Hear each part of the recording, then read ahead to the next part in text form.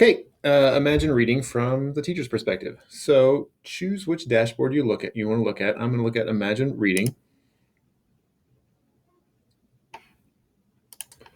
Once you're logged in, you're going to see this. I don't have any. No one's used it yet. It's new to us.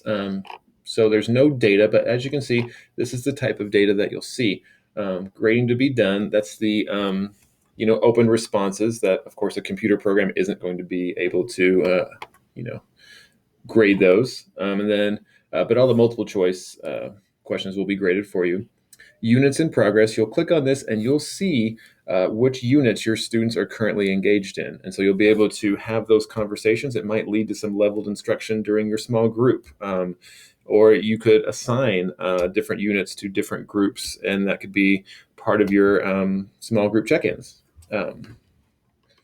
Weekly usage, you can kind of track that. And again, students can access these at home if they have access to Wi-Fi. Daily usage, it'll start to fill in here. You'll see a little line graph.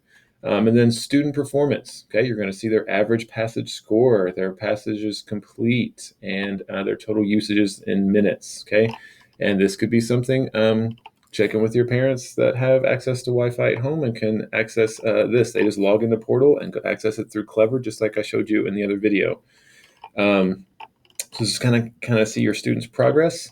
If you go into the unit library, this is all the units that are available for your students. Your students, I believe it will default to their grade level. So if you switch to your current grade level, you'll be able to see the units that are available for your students. I'm not sure. I actually think students might have access to all grade levels. You may want to double check that.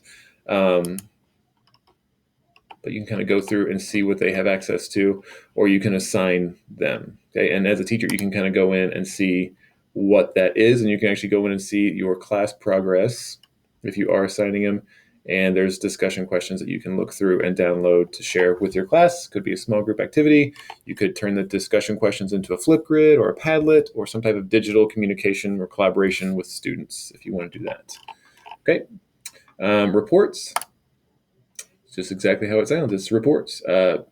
Mine is going to give me, access to everyone's, but you can kind of go through and see how students are scoring in the reports and look at their passage scores for all units, or once they start accessing units, you'll be able to, differentiate between units and different types of passages. I think whether it's video or text.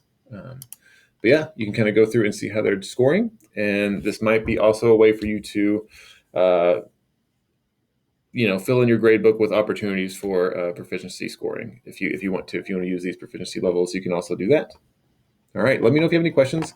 I think this is a great resource as we look to start really going with our rotation stations and small grouping.